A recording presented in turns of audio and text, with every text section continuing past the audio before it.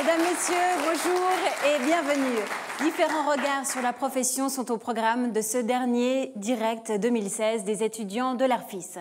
Le regard d'un maître, celui d'un pré-professionnel et celui d'un novice. Ils sont là pour nous parler de leur parcours, de leurs projets.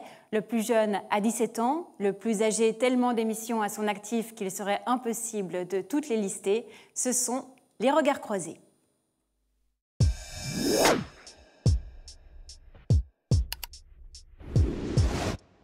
Il est journaliste, producteur, animateur et réalisateur. Depuis 1999, il officie en radio et en télévision. Il est le gérant et fondateur de la société de communication audiovisuelle, le créateur de Liens à Lyon. Je vous prie d'accueillir Alexandre Chabel.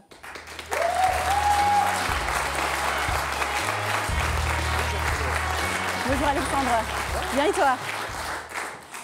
Bonjour. Bonjour, bienvenue sur le plateau de l'ARFIS. Merci de m'accueillir. C'est très impressionnant parce qu'avant le direct, il y a un silence de mort sur le plateau. Je n'ai jamais vu ça. Quelle concentration, bravo, ça promet. Je suis assez d'accord, ils sont très sages aujourd'hui.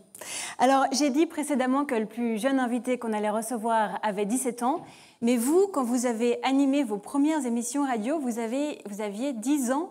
Alors, qu'est-ce que vous pouviez bien raconter aux auditeurs à cette époque-là? Ah, c'est une belle histoire, hein. Quand on invite un dinosaure à une émission de télé, on commence tout de suite par essayer de créer un mythe. Il a commencé très jeune, c'était le Mozart de la télé, etc. Puis vous voyez ce que je suis devenu. Alors oui, j'ai commencé, j'avais 10 ans. C'était une époque où la France avait choisi d'élire François Mitterrand à la tête du pays. Alors, est-ce un bon choix ? Je ne me prononcerai pas, mais il a pris une bonne décision, c'est qu'il a libéré la bande FM. Et du coup, j'ai pu faire mes premières émissions de radio en mars 1981. Il n'était pas encore élu. Alors, que faisait-on à cette époque-là? C'était très simple. On racontait notre vie. Il n'y avait pas de grille de programme, il n'y avait rien. On avait envie d'ouvrir l'antenne, on ouvrait l'émetteur et on faisait des séances interminables de dédicaces. On avait des auditeurs au téléphone qui nous racontaient leur plaisir d'être avec nous. Voilà ce qu'on faisait à l'âge de 10 ou 11 ans. Ok, mais vous aviez conscience déjà des radios pirates, enfin vous saviez qui était le président de la République et tout ça quand même? Alors on savait, on attendait l'élection de François Mitterrand parce que seul ce candidat avait annoncé qu'il libérait la modulation de fréquence s'il était élu, ce qui a été le cas. Et donc dès mai 1981, on s'est tous lancés dans la brèche. Et pour répondre à votre deuxième question, je n'avais pas conscience de cet aspect pirate, radio libre, parce que 2 ans plus tard, j'ai créé ma petite radio qui s'appelait Radio Fréquence 2000, parce que l'an 2000 nous faisait rêver. Et 6 mois après avoir ouvert l'antenne, des professionnels de TDF, Télédiffusion de France, sont venus chez moi, parce que je brouillais avec mon émetteur fait maison, je brouillais une barre d'immeuble de 1000 habitants. Plus personne ne pouvait regarder la télé, ils écoutaient ma radio, ils n'avaient pas d'autre choix. Incroyable. Alors depuis, vous avez présenté pas mal d'émissions dont on va voir une bande-annonce.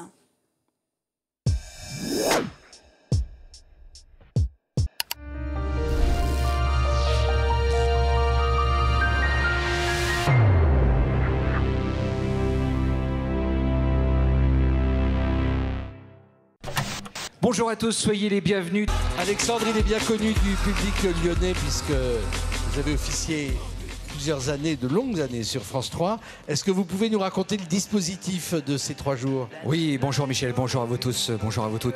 Un dispositif, j'allais dire, à la hauteur de l'événement. Mesdames, Mesdemoiselles, Messieurs, bonsoir. Soyez les bienvenus ici au Palais des Congrès de Bordeaux. Je suis journaliste et je vais vous accompagner tout au long de cette réunion. Je dois vous dire que je suis très heureux de vous retrouver.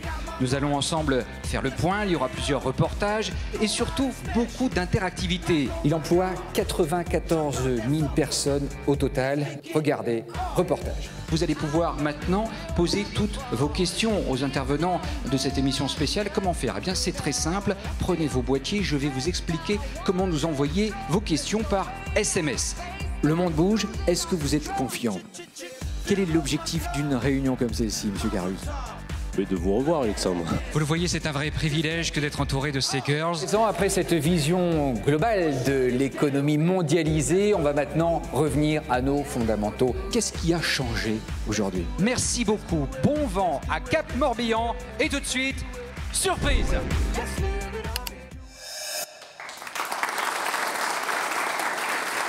Alors, Alexandre, tu m'expliquais qu'il s'agissait surtout d'événements différents là, que tu présentais et non d'émissions. Voilà, là c'est plutôt ma vie actuelle, c'est-à-dire que moi je me suis spécialisé dans l'événementiel et je travaille notamment pour de grandes entreprises partout en France. Les émissions que j'ai pu présenter, ça date tellement que l'image était en 4/3. J'ai pas osé vous l'envoyer, parce que j'ai commencé en 1992. Vous étiez né ? Oui, oui, quand même. Tout juste, hein. Tout juste, vous êtes sympa. Alors, du coup, je me rends compte en plus que je passe du tutoiement au vouvoiement, comme ça, c'est la folie de la télé. Est-ce que vous avez des anecdotes particulières de tournage avec toutes ces émissions que vous avez faites ? Est-ce que vous pourriez nous en raconter une ou deux un peu croustillantes ? Écoutez, il m'en vient une à l'esprit. Je ne sais pas pourquoi d'ailleurs, c'est pas très croustillant, mais c'est pour vous dévoiler un petit peu les facettes du métier. C'était il y a quelques années, j'étais en direct de Bordeaux avec Bernard Pivot. Vous connaissez Bernard Pivot, ça vous dit quelque chose? Il est quand même de la région, il est du Beaujolais, donc c'est un Lyonnais. Bernard Pivot, et donc on était tous les deux en direct pour la fameuse dictée, la dictée de Bernard Pivot. Et donc moi j'étais aux manettes en tant qu'animateur, et mon invité c'était Bernard Pivot. Et donc c'était un grand monsieur, moi j'étais comme ça, je le vénérais, face à lui, je me faisais tout petit. Et le réalisateur est venu en me disant, bon Alexandre, on va démarrer, on avait 3 heures de direct depuis Bordeaux. Et il me dit, attention parce que Bernard, si tu nous regardes, désolé, je dévoile un petit peu les coulisses de ton métier, mais Bernard ne gère pas la durée de son émission, il ne travaille pas avec oreillette, il ne supporte pas. Donc c'est à toi de veiller à ce qu'il ne déborde pas et qu'il ne mette pas le bazar dans notre conducteur. Donc j'étais très étonné parce que un grand monsieur comme Bernard Pivot n'était pas en mesure de gérer son timing, ce qui était une très bonne école pour moi, parce que je l'ai fait à sa place. C'est étonnant quand même. Et là, maintenant, quelle sensation ça a fait de passer d'hôte à invité ? C'est génial. C'est génial parce que moi qui fais souvent votre métier, il y a une forte pression. Vous avez des ordres dans votre oreillette, vous avez préparé, vous avez vérifié vos infos. Moi, je suis venu un petit peu les mains dans les poches. Et souvent, quand je suis animateur, je me dis j'aimerais être de l'autre côté parce que quand on est invité, on vient raconter sa vie, ni plus ni moins. C'est pas très compliqué, avouez-le. C'est vrai que c'est plutôt fun, je suis d'accord avec vous. Et quelles sont les qualités essentielles pour vous chez un technicien ? Alors, le technicien, pour en avoir côtoyé beaucoup, je dirais qu'il faut éviter de créer des barrières entre l'animateur et le technicien. Et souvent, vous devez bien le savoir, on a l'impression qu'il y a 2 familles. Il y a d'un côté ceux qui sont en lumière, et puis de l'autre, ceux qui sont dans l'ombre. Souvent, il y a une rivalité, parce que notre ego est souvent mis à rude épreuve, et eux demandent ou attendent un peu de reconnaissance. Et donc moi, ce que je préconise, c'est que nous fassions en sorte de travailler main dans la main et qu'on soit une seule et même famille. Parce que sans les techniciens, vous n'êtes rien. Et sans nous, à quoi servent-ils ? Eh bien, je suis tout à fait d'accord avec vous. Nous allons regarder le travail justement des étudiants de l'ARFIS en tant que techniciens sur le plateau de l'émission de l'année dernière. Regardez un extrait du Making of 2015.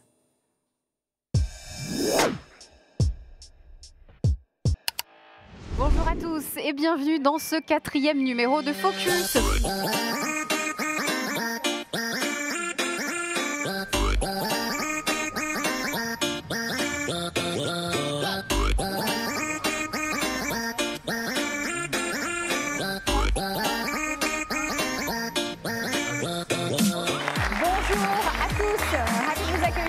Sur le plateau de Focus, enregistré depuis les studios de l'ARFIS.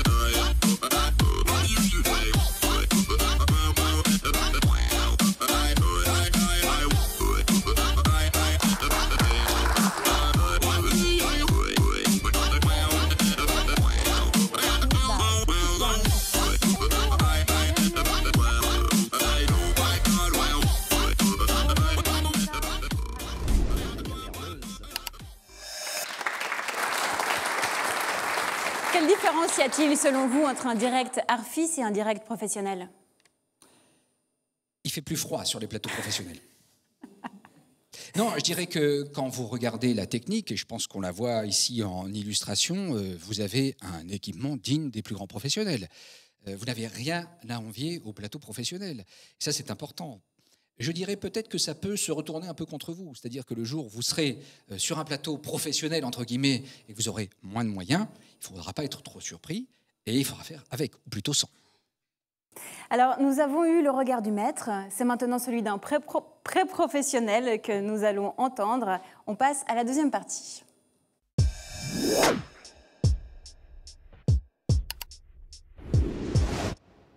Élève de 3e année à l'ARFIS, Tendri Rajaunson est passionné par la mise en scène. Il est aujourd'hui en stage chez Mandarin Productions à Paris et travaille sur le premier film du chanteur Grand Corps Malade. Je vous laisse le découvrir un peu mieux dans ce portrait.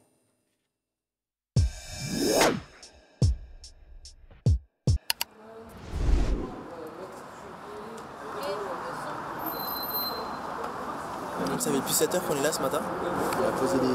On a ventousé pour garder toutes les places pour les voitures techniques et les camions.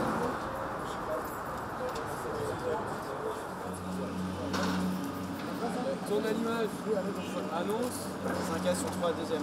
Alors aujourd'hui, on est vers Confluence pour le premier jour de tournage du clip Mes yeux dans la lumière réalisé par Rémi Salas. Pour l'instant, ça se passe bien.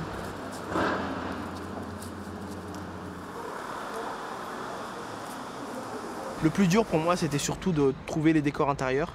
Parce qu'il y avait plusieurs décors sur le tournage. Il y avait un appartement. Il y avait vraiment des styles assez industriels qui a été recherché par le réalisateur. Quoi, ils vous ont demandé à bloquer la rue déjà? Donc je suis régisseur général. Alors j'étais pas tout seul heureusement. J'ai un super adjoint, Kendrick Roosevelt. Puis on a travaillé ensemble, main dans la main, on peut dire, pour la réalisation de tout ça. Il faut être très patient, toujours persévérer, gérer le stress, il faut. Parce que si nous, les chefs de poste, on commence à paniquer, et, on les transmet aussi aux gens et ça sert strictement à rien, ça casserait tout simplement le tournage, quoi. Gauthier, c'est pause repas? C'est pause repas, c'est ça? Y a pas de... Ça va Elsa? T'as pas faim? Allez viens, je t'invite. Tac, ça fait... Ce qui veut dire que ça marche. Tac, ensuite tu l'allumes. J'ai déjà été régisseur adjoint, mais c'est pas la même chose du tout. Donc là, il y a plus de responsabilités et c'est vraiment un travail super intéressant. On est un peu comme la maman de l'équipe en fait. On leur donne à manger, on leur donne à boire, on s'assure que tout se passe bien. David, pour Tendri ? J'adore le contact humain et voilà, c'est ça quoi. Donc là, je suis sur un prochain stage avec Mandarin Productions. C'est une bonne production parisienne et ça me permettrait d'avoir un pied dans le milieu et avoir quelques contacts. C'est vrai qu'on l'entend tout le temps, les intermittents c'est chaud, mais au moment où je me suis dit ouais je suis lancé, bah, j'y vais à fond et voilà quoi.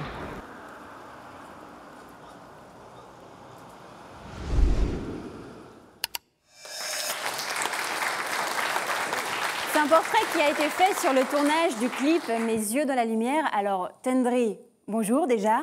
Bonjour. Vous aviez l'air de très bien savoir gérer votre stress. Est-ce que chez Mandarin Productions c'est toujours le cas ? Bah merci pour ce compliment déjà. Alors c'est assez différent vu que je suis stagiaire là-bas, donc j'ai pas du tout les mêmes responsabilités que j'avais que sur les clips. Sur les clips j'étais chef de poste. On débute pas en tant que stagiaire, en tant que chef de poste, donc là on est il y a moins de responsabilités. Par contre il faut avoir une bonne image, faut être bien présent, montrer qu'on en veut en fait. Et c'est pas vraiment une pression. Et vu que j'aime beaucoup le métier, que j'aime beaucoup l'industrie du cinéma, du coup je me donne à fond, donc c'est pas un stress que je porte sur moi ou quoi, c'est plus une passion que j'emmène quoi. Vous dites qu'il faut avoir une bonne image, à l'école c'était pas le cas, vous vous en fichiez ? Pas du tout, non, c'est pas ça, non, il faut aussi une bonne image à l'école parce que les profs, les intervenants qui sont ici sont dans le milieu professionnel, donc c'est important d'avoir une bonne image devant eux aussi, bien sûr. Mais sur Paris, c'était un peu différent vu que là, les personnes, ils sont pas en mode prof-élève en fait. C'est vrai qu'ils nous lancent pas dans la nature comme ça, mais il faut quand même montrer qu'on est assez autonome et qu'on a le regard sur tout, qu'on est à l'écoute, qu'on est là quand il faut, quand on a besoin de nous en fait. Voilà. Et parmi les films sur lesquels vous avez travaillé, de quel projet êtes-vous le plus fier ? Il n'est pas encore fini, on a encore 6 semaines de tournage, mais Passion, sur lequel je travaille à Paris en ce moment. C'est le projet que j'ai vraiment préféré. C'est vrai que quand j'ai postulé à l'annonce, j'étais pas forcément, je savais pas trop à quoi m'attendre, et j'ai déjà eu une expérience sur un téléfilm à Lyon. On m'a dit que c'était pas trop la même chose, l'ambiance téléfilm et fiction, en plus sur Paris. Et je suis tombé dans une super équipe, des réalisateurs très humbles, Grand Corps Malade. Et une équipe de Mandarin Production qui est au top, et ils sont très accueillants. Ils ont pas été en mode ouais, petit stagiaire, on te laisse de côté, mais vraiment ils essaient de m'intégrer dans l'équipe, et voilà quoi, c'est une super expérience qui débute, voilà. Super. Le prochain extrait qu'on va voir est un travail que vous avez fait à l'école l'année dernière. C'est un film qui s'appelle Conséquences. En voici un extrait.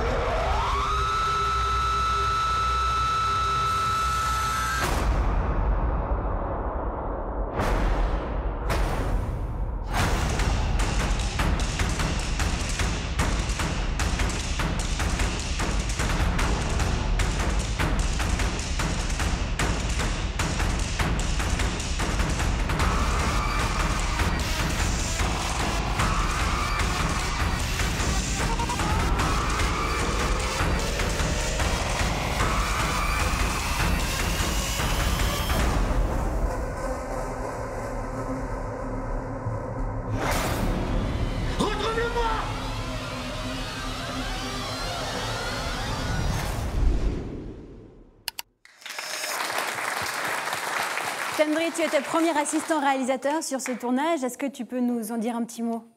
Donc Conséquences a été tourné en 2015, courant d'année 2015, et c'était ma troisième expérience en tant que premier assistant réalisateur. C'est assez différent de ce que je fais aujourd'hui sur le tournage, bien évidemment, vu que là c'était un court-métrage, donc il n'y a pas vraiment de limite d'heure, or que maintenant sur une fiction où les gens ils sont là pour bosser, c'est leur gagne-pain en fait. C'est différent parce qu'on est très limité, enfin il y a des limites, on respecte des horaires et tout ça quoi. Mais c'était une super expérience de cette année 2015. Respecter des horaires ? Bien sûr.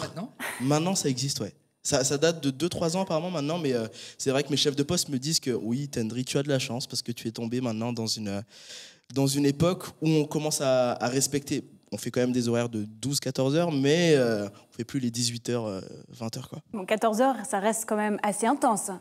Après, quand on aime ça, on y va. Parce que dans ta boîte de production, le créateur de lien, on ne respecte pas les horaires. Ben moi, j'ai de la chance. Je suis gérant de l'entreprise. Je peux faire ce que je veux. C'est vrai.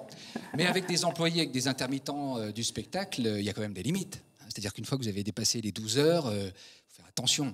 Et puis, il faut ménager quand même sa monture pour aller loin. Parce qu'évidemment, il y a la passion. Mais attention à ne pas se faire dévorer par la passion. Parce que là, aujourd'hui, on se tutoie, tu tiens parce que tu es jeune, etc., tu as de l'énergie, mais dans quelques années, tu vas quand même devoir encaisser tout cela. Donc attention, il faut faire des horaires, mais il faut quand même se ménager parce que parfois, ça se termine très très mal. Donc vigilance sur l'aspect physique et horaire. Je pense que cet avis intéressera beaucoup notre dernier invité, puisque lui est tout jeune, c'est un novice, et on le reçoit maintenant.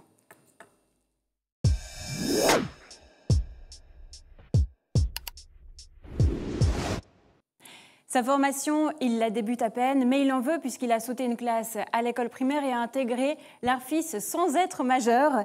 On reçoit Tanguy Lourd, il aimerait travailler dans le son et c'est pour parler d'avenir qu'il nous rejoint.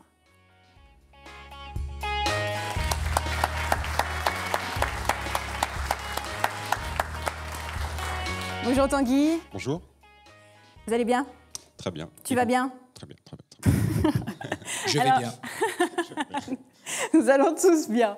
Donc, tu as fait cette année un court-métrage pour le Festival du Truc, qui est un festival organisé par l'Arfis, et tu as écrit, je crois. Oui, c'est ça, j'ai écrit, donc c'est pour le Festival du Truc organisé par le BDE. Donc c'était la deuxième édition, j'ai écrit le premier et le deuxième qu'on va voir tout à l'heure. On a eu quelques soucis sur ce court-métrage, notamment la fin. J'ai écrit la fin et ils n'ont pas eu le temps de la tourner, donc à la fin, on se demande un peu ce qui se passe, quoi. Donc il n'y a pas de fin. Ouais, voilà, ça se passe un peu bizarrement à la fin, quoi. Gros problème de son aussi, on n'avait pas de matos vraiment assez haut de gamme. On avait un micro fait pour le chant à la base, on a tourné au Rockanit, dans un bar où il y a de la musique partout, donc voilà, on va le voir de toute façon. Au niveau du son, c'est vraiment une catastrophe aussi. Alors, je trouve que tu exagères un peu parce que moi j'ai vu l'extrait et c'est pas si mal que ça. D'ailleurs, on le visionne tout de suite.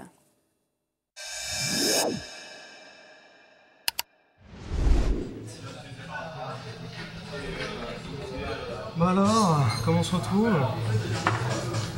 Écoute, Comment tu vas? ne parlez pas français. Ah d'accord. Yo Expoden. J'adore les films du Nord, si, la Suède. J'adore Ikea, c'est la chose que je préfère là-bas, vraiment. Je suis café chez moi, j'ai plus de place, j'y vais tous les dimanches. Je t'emmènerai si tu veux, on peut faire un tour de manège, c'est gratuit et puis on a plein la vue, c'est un petit labyrinthe. Attends, j'adorerais parler suédois avec toi, vraiment. Je suis d'origine suédoise, hein. Un petit peu basané, ça se voit pas trop, mais je connais pas la langue, malheureusement. Non. Oui? Cool. Ikke. Jeg lesbique. Ouais, si tu veux, oui. Moi aussi. Moi aussi. On peut en parler plus tard si tu veux. Calme-toi, calme-toi. Matin. Ça te dirait de venir chez moi tester mes meubles là? Ikea?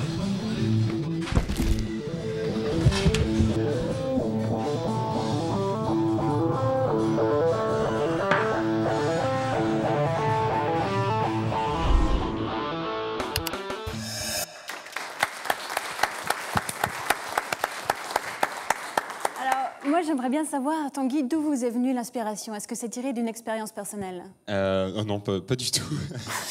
En fait, on avait un thème imposé, c'était la querelle de suédois, donc il fallait qu'on mette une querelle en suédois.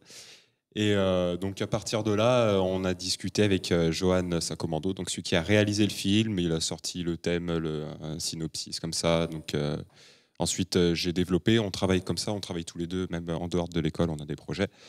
Donc lui, il a les idées, voilà, et moi, je lui développe. Donc comme on a fait pour ce court-métrage. Et donc le petit souci de scénario à la fin qui a pas de chute. À part ça, bon, là, on... Mais si, c'est pas qu'il n'y a pas de chute, c'est que le spectateur peut imaginer la fin qu'il souhaite. Ouais, c'est pas ce qui était prévu, quoi, à la base. Mais c'est quand même très représentatif de la relation, parfois, entre un homme et une femme. C'est-à-dire que la fin, ça se termine en queue de poisson, quoi. Moi, je disais libre cours à l'imagination, et non, version masculine, ça fait fin en queue de poisson. Alors, est-ce que vous auriez, donc pour reprendre le cours de l'émission, des conseils particuliers à donner à Tanguy, par exemple, Tendry, pour la suite de sa scolarité ou pour la suite de son parcours professionnel? On avait un peu parlé tout à l'heure, tu veux faire du son, c'est ça? Oui, c'est ça. Non, il faut, en fait, c'est en deuxième année que là, on commence à spécialiser, donc c'est là qu'on voit vraiment si c'est vraiment ce qu'on veut. Il y a encore pas mal de théories en deuxième année, et c'est en troisième année qu'on a vraiment énormément de pratiques, et c'est là qu'il faut vraiment développer le maximum de projets possibles, travailler le plus avec les autres filières, surtout ça, parce que apprendre à travailler ensemble, c'est vraiment ce qu'il y a de plus important en fait dans ces métiers-là. C'est pas une personne qui fait le film, qui fait le son, qui fait tout le truc. C'est une équipe qui travaille ensemble, une coordination, la communication. Donc voilà, en fait, développer le maximum de projets possibles avec le matériel qui est prêté par l'Arfis. Et voilà quoi. Merci beaucoup, messieurs, pour ces regards croisés. Je pense que beaucoup de choses ont été dites. Vous pourrez bien sûr continuer la discussion hors plateau, ne vous inquiétez pas. Il faut acheter un vrai micro, c'est ce que je veux dire. C'était très intéressant d'entendre vos différents points de vue. Merci au public et merci à vous de nous avoir suivis. C'était le dernier direct de l'année 2016. Bonne suite à tous. Au revoir. Merci d'avoir invité.